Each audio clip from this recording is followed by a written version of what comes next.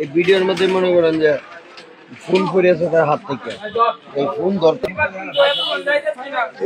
হাসপাতালে ছিল